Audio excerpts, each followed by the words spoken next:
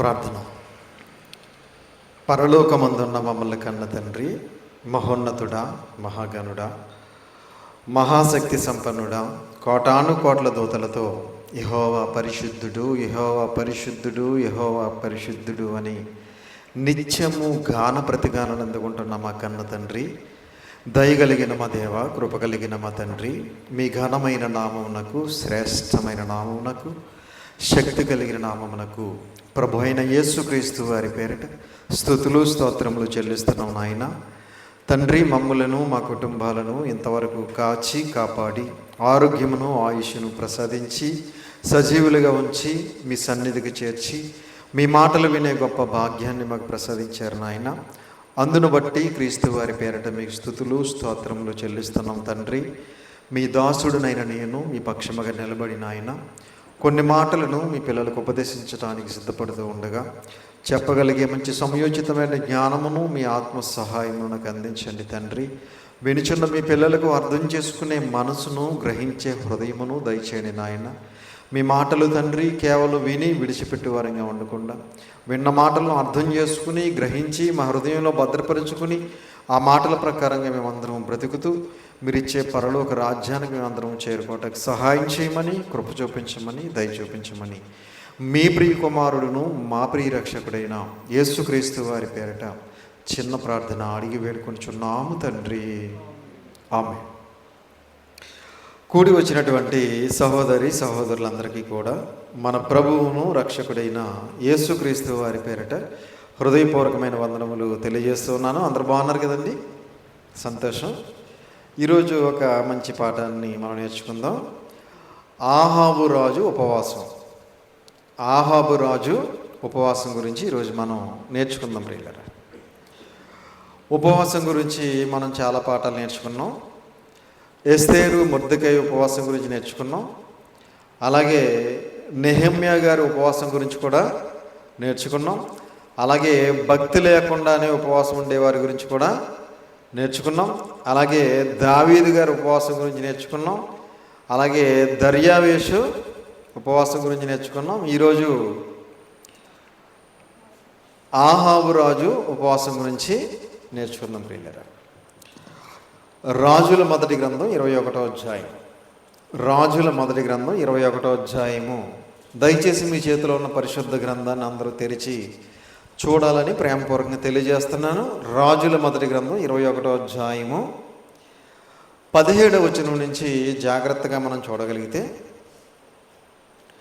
రాజుల మొదటి గ్రంథము 21వ అధ్యాయం 17వ వచనం నుంచి, అప్పుడు యెహోవా వాక్కు తిష్బీయుడైన ఏలియాకు ప్రత్యక్షమై ఇలాగు సెలవిచ్చెను. దేవుని వాక్కు ఎవరికి ప్రత్యక్షమైందట? తిష్బీయుడైన ఏలియాకు. ఏలియా గారి ప్రవక్త మనందరికీ తెలుసు కదా. ప్రవక్త అయినటువంటి ఏలియా గారికి దేవుని వాక్కు ప్రత్యక్షమై తెలియజేస్తుందంట. ఏమని? నీవు లేచి షోమ్రోనులోనున్న ఇశ్రాయేలు రాజైన ఆహాబును ఎదుర్కొనుటకు బయలుదేరము. అతడు నాబోతు యొక్క ద్రాక్ష తోటలో ఉన్నాడు. అతడు దానిని స్వాధీన పరుచుకొనబోయేను. ఏమండి, ఎక్కడికి వెళ్ళమంటున్నాడు దేవుడు? తిష్బీయుడైన ఏలియా గారిని ఎక్కడికి వెళ్ళమంటున్నాడు?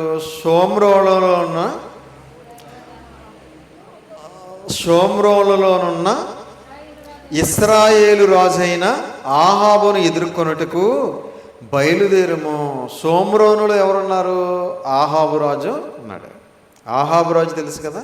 ఈయన ఎవరంటే ఇశ్రాయేలీలకు రాజు. ఈయన ఏమండి, ఇశ్రాయేలీలకు రాజు. ఇతని భార్య పేరు మీ అందరికీ తెలిసే ఉంటుంది. ఇతని భార్య పేరు యెజబెల్. ఏమండి, బైబిల్ గ్రంథంలోనే భయంకరమైన భ్రష్టురాలు ఎవరు అంటే ఈవిడే. ఏమండి, యెజబెల్. షోమ్రోనులో ఉన్నటువంటి ఆహాబు రాజును ఎదుర్కొన్నట్టుకు వెళ్ళు. ఆయన ఎక్కడున్నాడట? నాబోతు యొక్క ద్రాక్ష తోటలో ఉన్నాడట. ఎందుకున్నాడు? ద్రాక్ష తోటను స్వాధీనపరుచుకోవడానికి ఉన్నాడట. ఏమండి, నాబోతు గారి ద్రాక్ష తోటను స్వాధీనపరచుకోవడానికి ఆ ద్రాక్ష తోటలో ఉన్నాడట. ఇప్పుడు అక్కడికి వెళ్ళమంటున్నాడు దేవుడు ఏలియా గారిని. ఏమండి, నీవు అతన్ని చూచి ఇలాగు ప్రకటించము, యెహోవా సెలవిచ్చినది ఏమనగా, దీన్ని స్వాధీనపరుచుకొనవలెనని నీవు నాబోతును చంపితివి కదా. ఏమండి, నాబోతుని ఈ ఆహాబు అనే రాజు ఏం చేశాడట? చంపేశాడట. దేనికోసం? ఏదో రాజ్యం కోసం కాదు, కాబట్టి ఒక దేశాన్ని స్వాధీనపరచుకోవడం కోసం కాదు. ఇతనున్న దేశంలోనే ఒక ద్రాక్ష తోట కోసం అన్యాయంగా ఈ నాబోతు అనే వ్యక్తిని చంపేశారు. ప్రియమైన దేవుని వాళ్ళారా, దాని మీద ఒక పాఠం ఉందా, అది వేరేగా నేను తెలియజేస్తాను మీకు. అయితే నాబోతు దగ్గరికి ముందుగా వెళ్ళి ద్రాక్ష తోట కోసం అడుగుతాడు. ఈ ద్రాక్ష తోట నాకు ఖరీదుకి ఇమ్మని అడుగుతాడు. ఆయన ఏమంటాడంటే, నేను ఇవ్వలేను, ఎందుకంటే మా తాత ముత్తాతల కాలం నుంచి వంశపారంపర్యంగా ఈ ద్రాక్ష తోట మాకు వస్తుంది, కాబట్టి దీన్ని నేను అమ్మలేను అని చెప్తాడు. చెప్పినప్పుడు రాజు కదా, ఇశ్రాయేలీయులకి రాజు కదా, రాజు అయినా సరే అయినా ఏం చేశాడంటే బాధపడి మూతి ముడుచుకుని ఇంటికి వెళ్ళి పడుకుంటాడు. పడుకున్నప్పుడు ఇతని భార్య అయినటువంటి యెజబెల్ ఎంటర్ అయ్యి, నువ్వు ఇశ్రాయేలీయులకి రాజు కాదా, నీకు అధికారం లేదా, నువ్వేంటి మూతి ముడుచుకుని పడుకున్నావు, నీకు ద్రాక్ష తోట కావాలి అంతే కదా, నేను ఇప్పిస్తాను ఆ ద్రాక్ష తోట అని ఈ నాబోతు గారి మీద ఒక భయంకరమైనటువంటి నింద మోపి, రాజుని దూషించాడని ఒక నింద, దేవుణ్ణే దూషించాడని మరొక నింద, రెండు నిందలు. ధర్మశాస్త్ర ప్రకారంగా రాజును దూషించిన రాళ్లతో కొట్టి చంపాలి, దేవుణ్ణి దూషించిన రాళ్లతో కొట్టి చంపాలి. ఈ రెండు నిందలు కూడా వేసి కొంతమంది చేత అబద్ధ సాక్ష్యం పలికించి ఈ నాబోతుని రాళ్లతో కొట్టి చంపించి ఈ ద్రాక్ష తోటను స్వాధీనపరుచుకోవటానికి ద్రాక్ష తోటలో ఉన్నాడట. ఏమండి, ప్రియమైన దేవుని పిల్లలారా, ఇది అన్యాయం అని తెలీదా, ఇది అక్రమం అని తెలీదా? తెలుసు. అయినా సరే ఆ ద్రాక్ష తోట కోసం ఒక వ్యక్తిని అన్యాయంగా చంపించి ద్రాక్ష తోటను స్వాధీనపరుచుకోవాలనుకుంటున్నారు. ఈరోజు కూడా చాలామంది ఉన్నారు ఇలాంటి వాళ్ళు. అధికారం ఉందనుకోండి, వాళ్ళ వెనకాల పెద్ద పెద్ద రాజకీయ నాయకులు ఉండి వాళ్ళకి అంగబలం, ఏమండి, అన్ని బలాలు ఉన్నప్పుడు వాళ్ళు ఏం చేస్తారంటే దేనినైనా చేయటానికి వెనకాడు, హత్యలు కూడా చేయిస్తారు. ప్రియమైన దేవుని పిల్లలరా, కనుక ఇక్కడ నాబోతుని అన్యాయంగా హత్య చేయించి ఆయన ద్రాక్ష తోటను స్వాధీనపరుచుకోవడానికి ద్రాక్ష తోటలో ఉన్నాడట ఆయన. ఏమండి, అప్పుడు ఏలియా గారు వెళ్ళి ఏం చెప్తున్నారు చూడండి, యెహోవా సెలవిచ్చినది ఏమనగా, ఏ స్థలమందు కుక్కలు నాబోతు రక్తమును నాకెనో ఆ స్థలమందే కుక్కలు నీ రక్తమును నిజముగా నాకునని అతనితో చెప్పెను. ఏ స్థలంలో అయితే నువ్వు రాళ్లతో కొట్టించి నాబోతుని చంపావో, ఏ స్థలంలో అయితే నాబోతుని కుక్కలు రక్తాన్ని నాకాయో, అలాగే అదే స్థలంలో నీ రక్తాన్ని కూడా కుక్కలు నిజముగా నాకునని అతనితో చెప్పెను. ప్రియమైన దేవుని వాళ్ళరా, నాబోతుని ఎలాగైతే నువ్వు చంపించావో, నాబోతు రక్తాన్ని ఎలాగైతే కుక్కలు నాకాయో, అదే స్థలంలో నీ రక్తాన్ని కూడా కుక్కలు నాకుతాయి. ఎవరి మాట ఇది? దేవుడు సెలవిచ్చినటువంటి మాట. ఏమండి, అంతటా ఆహాబు ఏలియాను చూచి, నా పగవాడా, నీ చేతిలో నేను చిక్కబడితినా అని పలుకగా, ఏమంటున్నాడు, నేను తప్పు చేశాను, నా తప్పు క్షమించండి అని ప్రాధేయపడట్లేదు. ఏమండి, నేను అన్యాయంగా ఒక వ్యక్తిని హత్య చేయించాను, నా భార్య నేను కలిసి ఒక వ్యక్తి మీద నింద మోపాము, అన్యాయంగా చంపించాం అని పశ్చాత్తాపపడాల్సింది పోయి, నా పగవాడా, నీ చేతిలో నేను చిక్కుబడితినా అని పలుకగా ఏలియా ఇట్లా నేను యెహోవా దృష్టికి కీడు చేయుటకు నిన్ను నీవే అమ్ముకొని ఉన్నావు గనుక నా చేతిలో నీవు చిక్కితివి. యెహోవా దృష్టికి నువ్వు ఎలా ఉన్నావు? కీడు చేయటానికి నిన్ను నీవే అమ్ముకొని ఉన్నావు కనుక నా చేతిలో నీవు చిక్కితివి అన్నాడు. ప్రియమైన దేవుని వాళ్ళ పిల్లలరా, ఈ అహాబు అనే రాజు కానీ అతని భార్య అయినటువంటి యెజబెల్ కానీ వీళ్ళు మేలు చేయలేదు. ఏం చేశారు? కీడు చేశారు. ఎవరి దృష్టికి? దేవుని దృష్టికి. యెహోవా దృష్టికి నువ్వు కీడు చేసేది కనుక నా చేతిలో చిక్కుబడితివి అన్నాడు. అన్నప్పుడు అందుకు యెహోవా ఇలాగ సెలవిచ్చాను, నేను నీ మీదకి అపాయము రప్పించేదను. ఏ రప్పిస్తాను? అపాయం రప్పిస్తాను. దేవుడే అపాయం రప్పిస్తే మనం ఎన్ని ఉపాయాలు ఆలోచించిన ప్రయోజనం ఉండదు. ఏమండి? దేవుని దృష్టికి ఒకవేళ మనం కీడు చేసిన వారంగా కనబడ్డామా, దేవుడు మన మీదకి ఏం పంపిస్తాడు? ఏమండి? అపాయం రప్పిస్తాడు. అప్పుడు మనం ఎన్ని ఉపాయాలు ఆలోచించినా మనం దేవుని దృష్టిలో నుంచి, దేవుని చేతిలో నుంచి తప్పించుకోగలమండి? తప్పించుకోలేము. కాబట్టి నీ మీదకి నేను అపాయం రప్పించుచున్నాను అని ఒక ఎగ్జాంపుల్ చెప్తున్నాడు చూడండి. నీ సంతతి వారిని నాశనము చేతును, అల్పులేమి గనులేమి ఇశ్రాయేలు వారిలో ఆహాబు పక్షమున ఎవరునూ లేకుండా పురుషులందరినీ నిర్మూలం చేతును. ఎవరెవరిని? ఏమండి?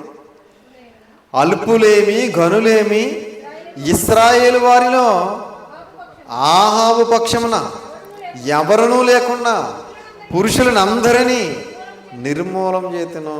అంటే నీ వంశంలో ఇంకెవరో ఉండరు. అల్పులు ఉండరు, గనులు ఉండరు, పురుషులు ఉండరు. అసలు ఎవరు ఉండకుండా నేను ఏం చేస్తాను?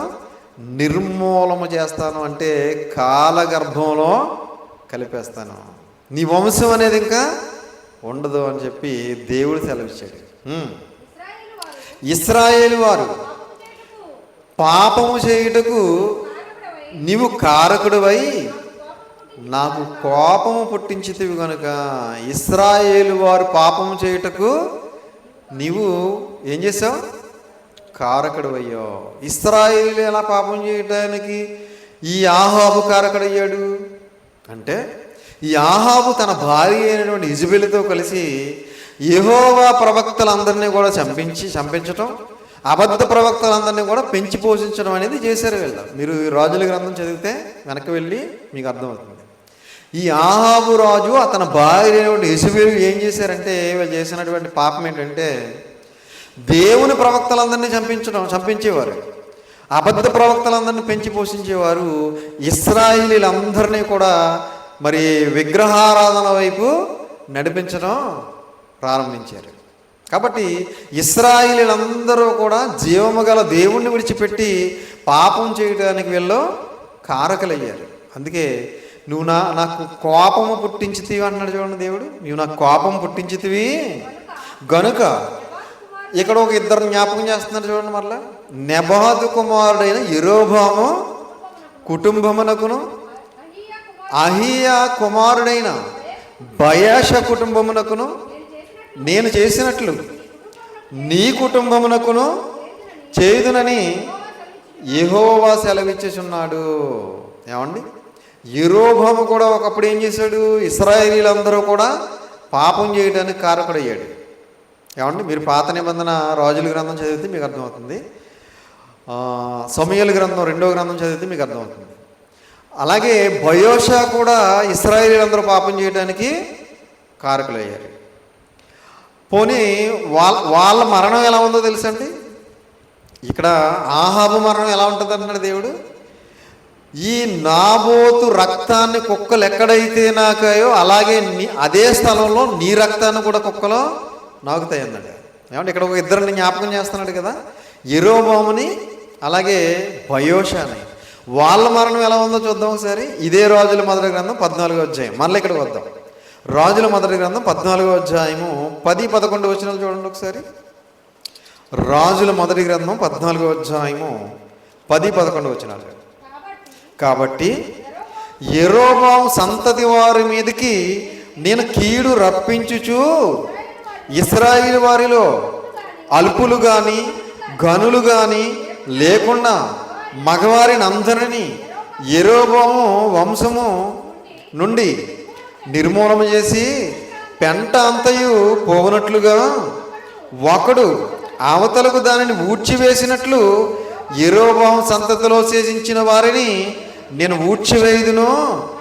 పట్టణమందు యెరొబెయాము సంబంధులలో మరణము వారిని కుక్కలు తినును. ప్రియమైన దేవుని పిల్లలారా, ఎవరు తింటారట? యెరొబెయాము సంబంధులలో మరణమగు వారిని కుక్కలు తినును, బయట భూమిలో మరణమగు వారిని ఆకాశ పక్షులు తినును. ఏమండి? అంటే యెరొబెయాము కుటుంబీకులను కూడా ఏం తిన్నాయి అన్నమాట? కుక్కలు తిన్నాయి. బయట మరణం అయిన వారినేమో ఆకాశ పక్షులు తిన్నాయి. అంటే యెరొబెయాము ఏం చేశాడయ్యా అంటే ఇశ్రాయేలీలందరూ పాపం చేయడానికి కారకుడయ్యాడు. మనం పాపం చేసామనుకోండి, అది మనతోటే పోతుంది. మన వలన మరికొంతమంది పాపం చేసే విధంగా మనం ప్రయత్నం చేసామనుకోండి, అప్పుడు దేవునికి చాలా తీవ్రమైన కోపం వస్తుంది. అందుకే యెరొబెయాము కుటుంబీకులు అందరూ కూడా ఏమైపోయారు? కుక్కలు తినేవారుగా, ఆకాశ పక్షులు తినేవారుగా అయిపోయారు. ఇప్పుడు బయోషా కుటుంబం వారు ఎలా చనిపోయారు చూడండి. ఇదే రాజుల మొదటి గ్రంథం 16వ అధ్యాయం 3-4 వచనాలు చూడండి. కాబట్టి బయోషా సంతతి వారిని అతని కుటుంబీకులకును నేను సమూల ధ్వంసము చేసి నెబాతు కుమారుడైన యెరొబెయాము సంతతి వారిని నేను చేసినట్లు నీ సంతతి వారికి చేయబోచున్నాను. పట్టణమందు చనిపోవు బయోషా సంబంధికులను కుక్కలు తినను. బయోషా కుటుంబీకులను కూడా ఎవరు తింటారట? కుక్కలు తింటాయి అన్నమాట. ఏమండి? బీడు భూములలో చనిపోవు వారి సంబంధికులను ఆకాశ పక్షులు తినను. చూసారా? బయోషా కుటుంబీకులను కూడా కుక్కలు తింటాయి అన్నాడు. ఏమండి? అలాగే మరికొంతమందిని ఆకాశ పక్షులు తింటాయి అన్నాడు. అంటే యెరొబెయాము కుటుంబీకులకి అలాగే జరిగింది, బయోషా కుటుంబీకులకు కూడా అలాగే జరిగింది. ఇప్పుడు ఆహాబు కుటుంబీకులకు కూడా అదే జరగబోతోంది. అదే చెప్తున్నాడు చూడండి. 21వ అధ్యాయానికి రండి. ఇప్పుడు రాజుల మొదటి గ్రంథం 21వ అధ్యాయము. ఇశ్రాయేలు వారు పాపం చేయుటకు నీవు కారకుడివై నాకు కోపము పుట్టించితివి. 22వ వచనం అందరూ చూడాలి. నాకు కోపము పుట్టించితివి గనుక నెబాతు కుమారుడైన యెరొబెయాము కుటుంబమునకును ఆహియా కుమారుడైన బయోషా కుటుంబమునకును నేను చేసినట్లు నీ కుటుంబమునకు చేయుదునని యెహోవా సెలవిచ్చుచున్నాడు. మరియు యెజెబెలును గూర్చి యెహోవా సెలవిచ్చినదేమనగా యెజ్రెయేలు ప్రాకారము వద్ద కుక్కలు యెజెబెలును తినివేయును. యెజెబెలును కూడా కుక్కలు ఏం చేస్తాయి? యెజ్రెయేలు ప్రాకారము వద్ద యెజెబెలును కుక్కలు తినివేయును.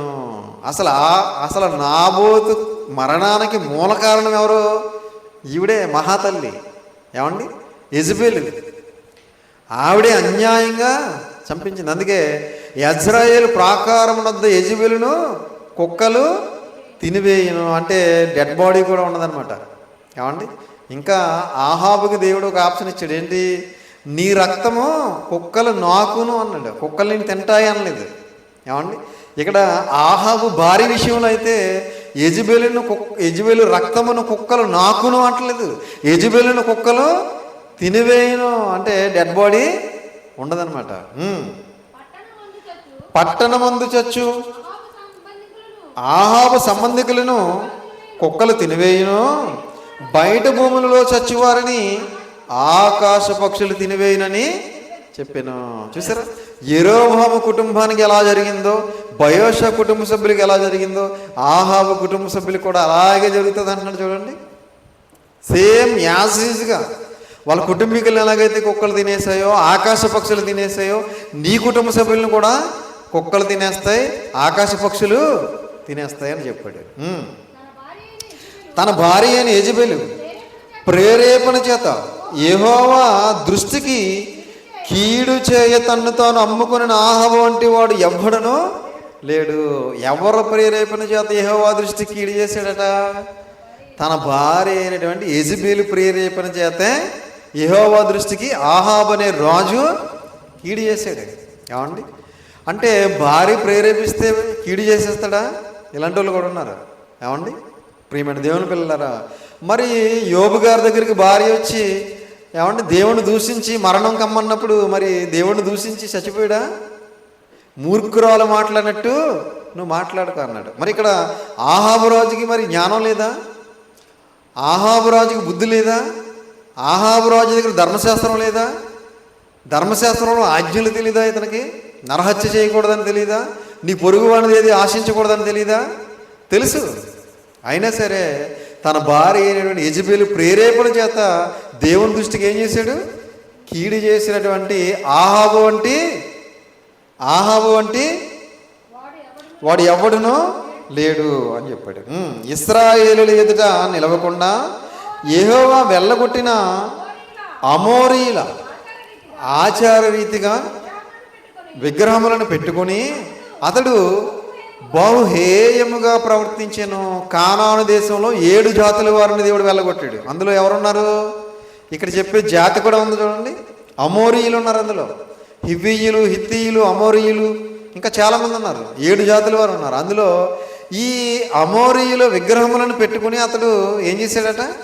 బహుహేయముగా ప్రవర్తించాను, దేవునికి విరుద్ధంగా ప్రవర్తించాడట. ఏమండి జీవము గల దేవుడు ఉండగా మరలా ఎవరినో పెట్టుకుని ఏమండి వాటిని పూజించి హేయముగా ప్రవర్తించాల్సిన అవసరం ఏమొచ్చింది చెప్పండి? అవునా? వీళ్ళకి దేవుడు ఉన్నాడు కదా. ఏమండి జీవము గల దేవుడు కలిగి వీళ్ళు ఏమండి ఎవరో అన్యజనులు చేసే విధంగా వీళ్ళు బహుహేయముగా ప్రవర్తించాడట. ఆహాబు ఆ మాటలు విని తన వస్త్రములను చింపుకొని గోనె పట్ట కట్టుకొని ఉపవాసముండి గోనె పట్ట మీద పరుండి వ్యాకుల పడుచుండగా, ఎప్పుడైతే తిష్బీయుడైన ఏలియా గారు వచ్చి దేవుడు నీ కుటుంబానికి, నీకు, నీ భార్యకి ఎలాంటి పరిస్థితులు ఎదురవుతున్నాయో దేవుడు తెలియజేసేసరికి అప్పుడు ఏం చేశాడట?